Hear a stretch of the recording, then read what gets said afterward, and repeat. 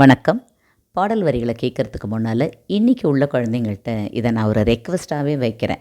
அதாவது நல்ல பண்புள்ள குழந்தைங்களா வளரணும். அது ஆண் குழந்தையாக இருந்தாலும் சரி, பெண் குழந்தையாக இருந்தாலும் சரி. இப்போ நல்ல பண்பு எப்படி வரும் அப்படின்னு சொன்னால், இறைவனை வழிபடும் பொழுது தன்னால் நம்ம நல்ல குழந்தைங்களா வளர்கிறதுக்கான எல்லா வாய்ப்புகளுமே இருக்குது. அதுவும் தூய்மையான மனசோட. தூய்மையான மனசுனா என்ன? மனதை ஒருநிலைப்படுத்தி சுத்தப்படுத்திட்டு அதுக்கப்புறம் இறைவனை வழிபடும் பொழுது நம்ம மனசுக்குள்ளே எந்த விதமான கெட்ட எண்ணமும் வர்றதுக்கான வாய்ப்பே இல்லை. நம்மளுடைய மனசும் சுத்தமாக இருக்கும், வாழ்க்கையும் நல்லாயிருக்கும். ஓகே, வாங்க பாடல் வரிகளை கேட்போம். திருவாசகம், திருவண்டப்பகுதி, திருச்சிற்றம்பலம்.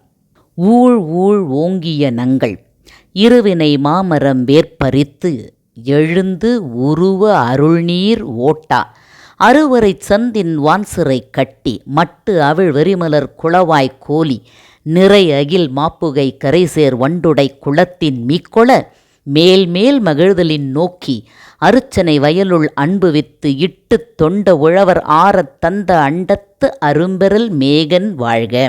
அதாவது பாவ புண்ணியம் அப்படிங்கிற இரு வினைகள் பல பிறவிகளாக ஒரு பெரிய மரமாக வளர்ந்துருக்குது.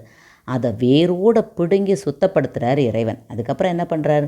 ஒரு பெரிய குளம் உருவாக்கி அதில் அருளுங்கிற நீரை பாய்ச்சி வாசனை நிறைந்த அகிர்புகையை இட்டு மலர்கள் வண்டுகள் இருப்பது மாதிரி மகிழ்ச்சியை கொடுத்து பூசை என்கிற வயலில் அன்பு என்கிற விதையை இட்டு அதை மேலும் வளர்த்து என்ன பண்ணுறாரு? இறைவன் ஆனந்தமான வாழ்க்கையை நமக்கு தருகிறார்னு சொல்கிறார் மாணிக்க வாசகர். அடுத்தடுத்த வரிகளை அடுத்தடுத்த பகுதியில் கேட்போம். நன்றி, வணக்கம்.